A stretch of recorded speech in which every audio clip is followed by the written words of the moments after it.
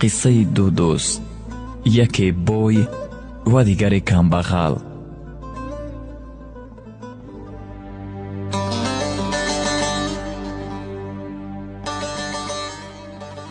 дар як замоне ду дӯст буданд, яке доро ва дигаре камбағал. ҳар ду донишҷӯ буданд, дӯстони ҳақиқӣ буданд. писарбачаи бой ҳатто обро бе камбағал писар наменӯшид.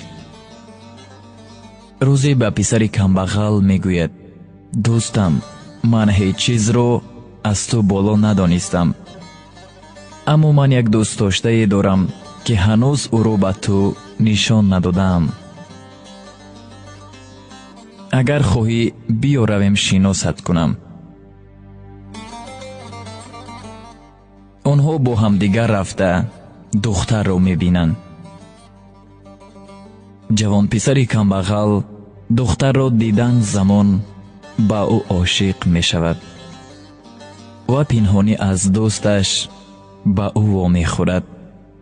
духтар ҳам ин писари камбағалро баробари диданаш ошиқ шуда будааст. дигар наметавонад ба дӯсташ чӣ хел фаҳмонад ки ба дӯстдоштаи ӯ ошиқ шудааст. сухан дар дилаш монду ба беморие гирифтор мешавад. писарбачаи бой тамоми табибонро меорад, аммо давои дарди писарро ёфта наметавонад.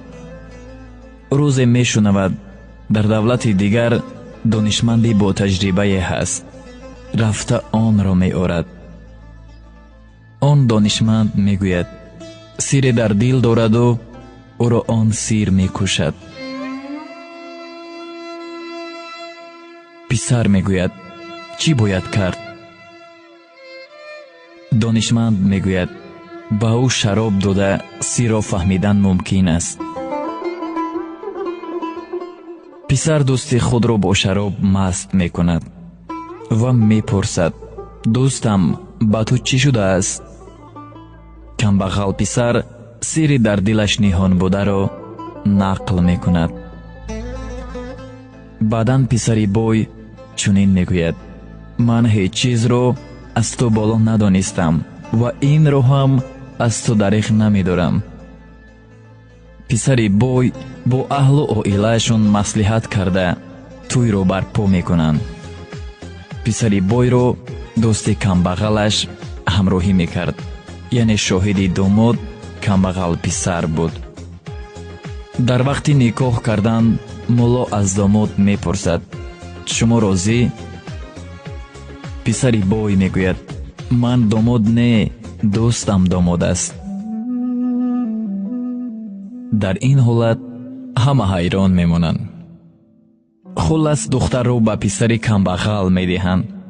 падари писари бой мегӯяд: ту маро дар пеши ҳама шармандаву шармсор кардӣ. аз баҳрат гузаштам. ба писари камбағал бошад, як корхонаи калон дар дигар давлат кушода медиҳаду мегӯяд: рав, туро ҳам дигар набинам. аз миён чанд сол мегузарад. писари бой камбағал мешавад ва ба ҷустуҷӯи дӯсташ ба роҳ мебарояд. бояд баҳрро бо киштӣ гузарад, аммо ба ин маблағ надошт.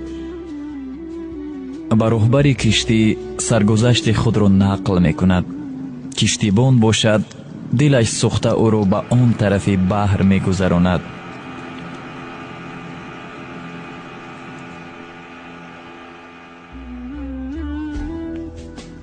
ҷавон пурсида хонаи дӯсташро меёбад. хона беҳтарин хона дар он шаҳр буд. дарро мекӯбад. дӯсташ дарро кушода ҷавонро бо чунин ҳол мебинаду дарро ба рӯяш мепӯшад. ҷавон аз алами бисьёр мегӯяд: ман барои дӯстиам ба ин рӯз расидаму кори инро бин. худро куштанӣ шуда ба лаби баҳр меравад. дар ин вақт кампире пайдо мешаваду мепурсад: писарам, дар ин ҷо чӣ кор мекунӣ? اینجا چقدر آدمان غرق شده دیگر آنها را نیافتند. جوان به پیرزن میگوید من هم همین مقصد را دارم. پیرزن میپرسد چرا؟ جوان سرگذشتش را به پیرزن هم نقل میکند. پیرزن دل پسر را یافته به خانه اش میبرد. خانه فقیرانه بود. پیرزن میگوید به جای پسرم باشی، اینجا با من زندگی میکنی. جوان راضی میشود. چند وقت میگذرد و پیرزن او را به هیزمچینی به جنگل روانه میکند. در راه او با 3 اسب سواران وامی خورد. آنها به جوان میگویند برادر این اسب‌های ما را نگاه کن، حقت را میدهیم. جوان راضی میشود و آن اسب‌ها را از سحر تا بیگاه نگاه میکند، اما آنها بر نمیگردند. پیرزن انتظار شده به جستجوی جوان میبراید. آمده میبیند که او اسب‌ها را نگاه دارد. پسر با پیرزن واقعه را نقل میکند. آن روز هم میگذرد و از آنها خبری نیست. اسب‌ها را گرفته به خانه برمیگردند. میبینند که خورجین اسب‌ها پر از طلاست. جوان قلعه را آباد میکند که از خانه دوستش هم زیبا. پیرزن میگوید به همه چیز رسیدی، اکنون باید عائله برپا نمایی. جوان به گفته های پیرزن راضی می شود و میگوید لیکن من به تویم دوستم را دعوت میکنم. پیرزن هم راضی می شود. توی برپا می شود. همه را دعوت میکنند. دوستش هم آمده از بر بالا گذشته میشیند. داماد بلندگویک را میگیرد و سرگذشت تلخی خود را نقل میکند و میگوید همان دوستم در اینجا هست. دوستان دیگرش باشند در حیرت میافتند و میگویند کیست آن دوست شما؟ اگر جرأت داشته باشد خود آمده سخن گوید.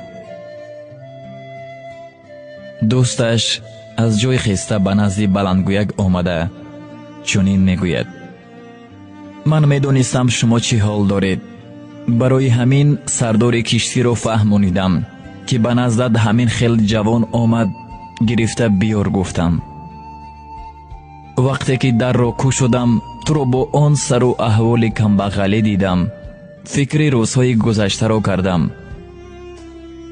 خود به خود گفتم اگر تو را درآرم زنم دلش سوخته به تو عاشق نشود. برای همین در را برایت پوشیدم.